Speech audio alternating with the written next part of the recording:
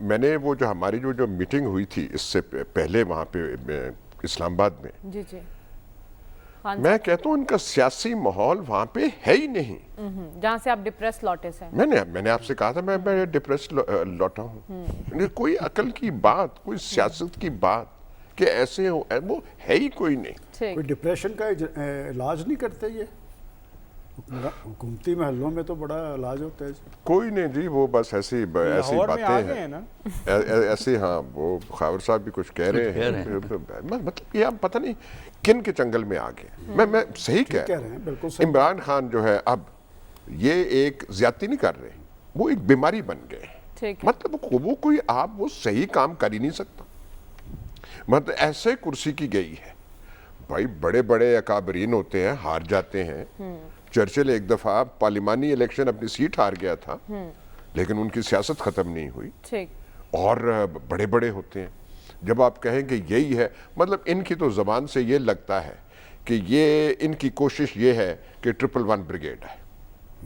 بالکل ایسے لگتا ہے. یہ بات سمجھانے کی ضرورت ہے کہ انتخاب میں جیت ہار تو ہو جاتی ہے، اس سے سیاست تو ختم نہیں ہو جائے گی سلمان صاحب. لیکن جیسا کہ ابھی ایاز صاحب نے پوائنٹ آؤٹ کیا کہ اصل مسئلہ تو معیشت کا ہے.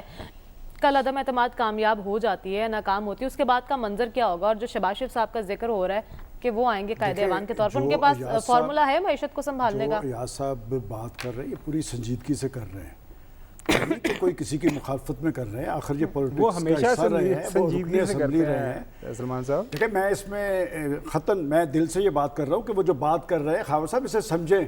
کسی کو خراب نہیں کرنا چاہیے. بات یہ کہ جو پولیٹیکل ایڈوائزر ہوتے ہیں وہ ہمیشہ راستہ نکالنے کی کوشش کرتے ہیں.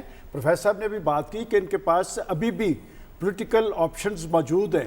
دیکھیں بات یہ کہ آپ بھی جو بات کر رہے ہیں، میری اسیسمنٹ بھی یہی ہے کہ وہ آرام سے نہیں جانا چاہتے. ان کو راستہ دیا ہے پاکستان کی عدالت عظمیٰ نے، اور یہ گیند ایوان کی کورٹ میں ڈال دیا ہے اہل سیاست کو کہ آپ اپنے فیصلے یہاں بیٹھ کے کریں اور درست فیصلے کریں. سیاسی فیصلے کریں گے تو آگے سیاست بھی قائم رہے گی. خاور صاحب ہم نے بڑی بڑی حکومتیں یہاں پر کاف لیگ میں نے بنتی دیکھی ہے. میں ایک ایک بندے کو جانتا ہوں.